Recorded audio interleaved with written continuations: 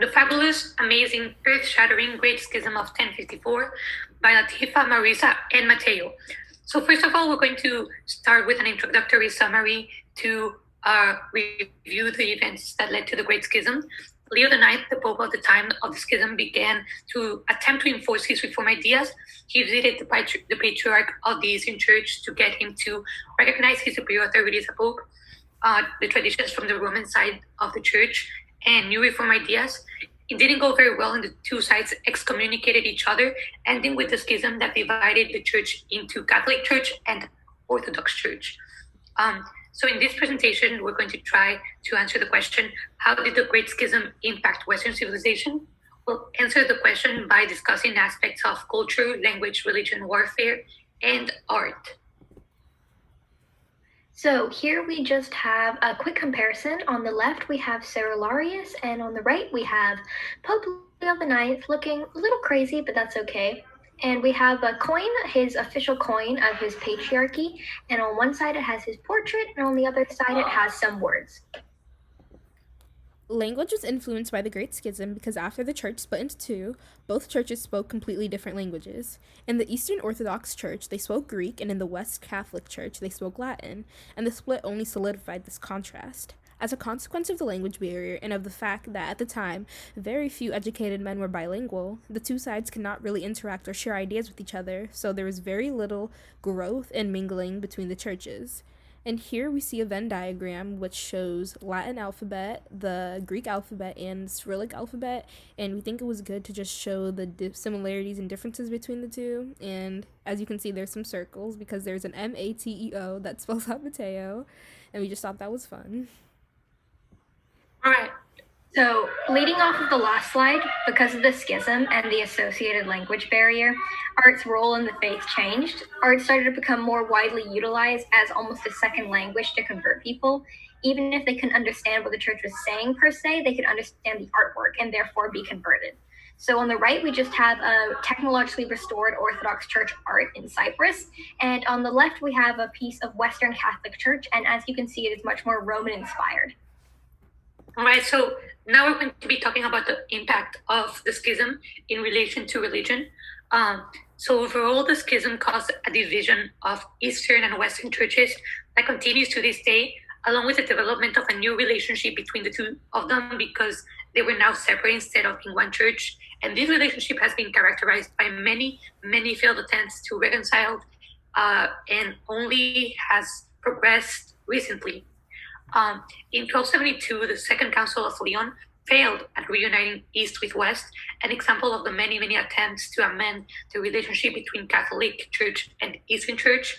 And then on the topic of trying to reconcile, I wanted to kind of mention how, just to maintain things relevant to present, how the Great Schism manifests in today's days, that there was a joint Catholic Orthodox declaration in which the two churches basically lifted the excommunication back in 1965.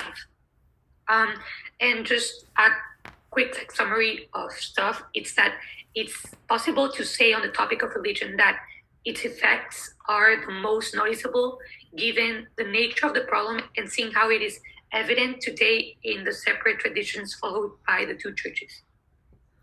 Great. Following the schism in 1054, tensions and divisions further grew, causing the gap between the two churches to widen.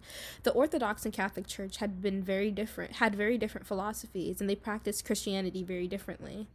This image right here, it illustrates the Filoque, which is one of the ways that they practice Christianity differently. The Filoque follows the Nicene Creed, which is passed by the Catholic Church. The Filoque is based around the idea that the Father proceeds through the Son and the Son proceeds through the Holy Spirit. The Orthodox Christians do not believe this. In addition, according to the Forcier source, which is cited in our final slide, tensions were exemplified by a resentment developed towards locals developed by locals towards Catholic merchants who became more predominant. Overall, the Great Schism caused cultural differences which solidified the split between the Orthodox and Catholic churches. Effects of the split can be seen today as both of the churches no longer have the magnitude of power that they had at that time.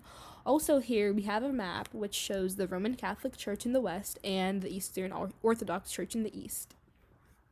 All right, so now we're going to be talking about the impact of the schism in terms of warfare. After the events of the Norman invasion and the schism, popes became, quote, more and more involved in military enterprises, according to our very beloved textbook. An issue that preceded the schism was the Norman invasion of southern Italy, but the schism did affect the outcome later on. As evidenced by a letter from Pantaleos to the Bishop of Alba, harmony between the two and an undivided power were very important. This idea is stressed in a request from Constantine X in a letter to the Patriarch, where he underlines the need for the two factions to unite against a common enemy, because even though the schism had not happened yet, the two sides had already many things to work out even then. As a result of the later schism, the union that Constantine X talked about never quite happened, and the Norman conquest of southern Italy continued until about 1139. The textbook also highlights how, after these events, popes became increasingly involved in military matters, which then culminated with the Reconquista, which was Spain's Christian reconquest against the Muslim presence. The Great Schism impacted Western civilization because we get to see a higher involvement of popes in military matters. Okay, so here we have some spicy memes. The second one is the Spider-Man. It's called The Great Schism, 1054 colorized, and it says titles of heresy because you have Cerularius and Pope Leo IX, and they're pointing at each other because they both excommunicated each other. Okay, bye. So here's another meme, which is represents the Filoque, which is another thing that I talked about in my slide. So basically, as I've said before, the Eastern Orthodox believe the Holy Spirit proceeds from the Father, but Roman Catholics don't believe that. They believe that the Holy Spirit proceeds from the Father and the Son.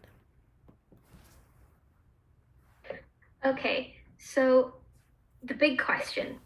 So the Great Schism changed Europe by completely transforming the image of medieval faith, which controlled all aspects of life in that time. Additionally, the conflicting beliefs undermined the power for the papacy and for the church, as people didn't know who to believe, and therefore their faith was torn.